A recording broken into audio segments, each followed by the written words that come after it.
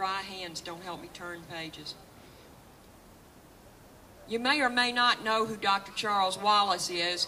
He's an infectious disease specialist with the Texas Department of State Health Services. And his quote about this new brand of TB is this: "It's a red light flashing.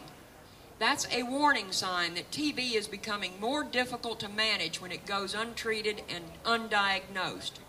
We always like to think that it can't happen here, but it's happening.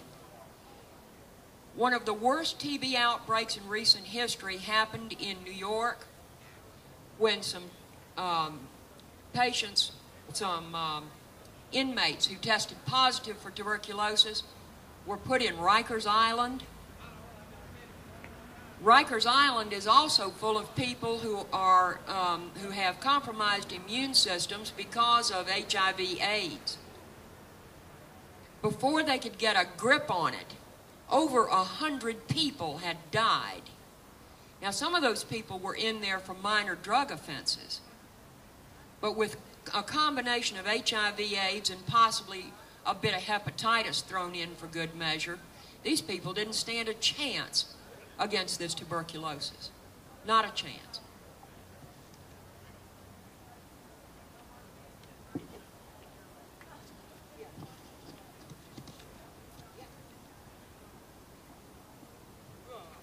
Sara, your absolute cornucopia of information here, and a lot of it is extremely disturbing.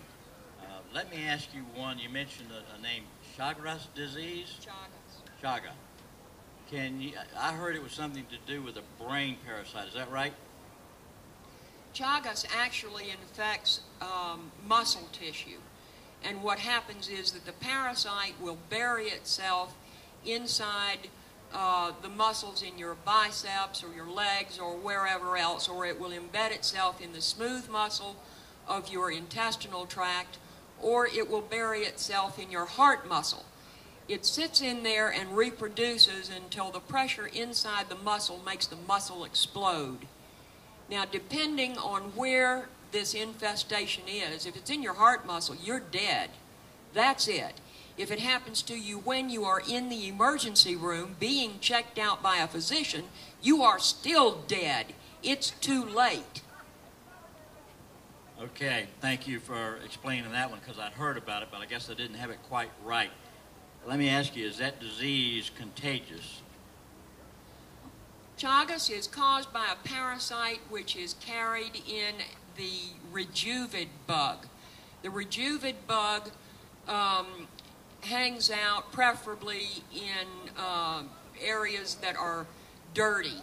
You find most of them in adobe huts and things like that with dirt floors. But if you've got a bunch of people living in a garage with a dirt floor, and one of them has chagas and is carrying the rejuvid bug around with him, you've got an infection in your garage.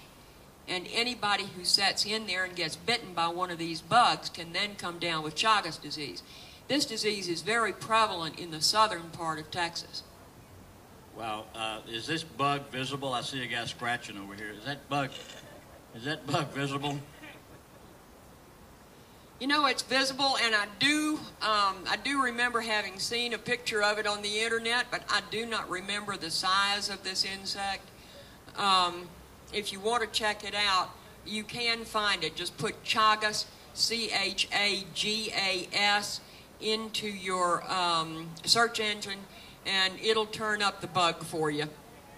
Outstanding. Okay, I got another question for you. How long have you been in the medical field? When I was 5... Restaurant. You know what they told me? Well, Chuck, No the competition city of Houston used to do that. They used to have to hand out health certificates to people who wanted to work in the restaurants and kitchens in this city. I said, well, what do you mean he used to? Well, it got to be too much trouble. Too much trouble. What organization?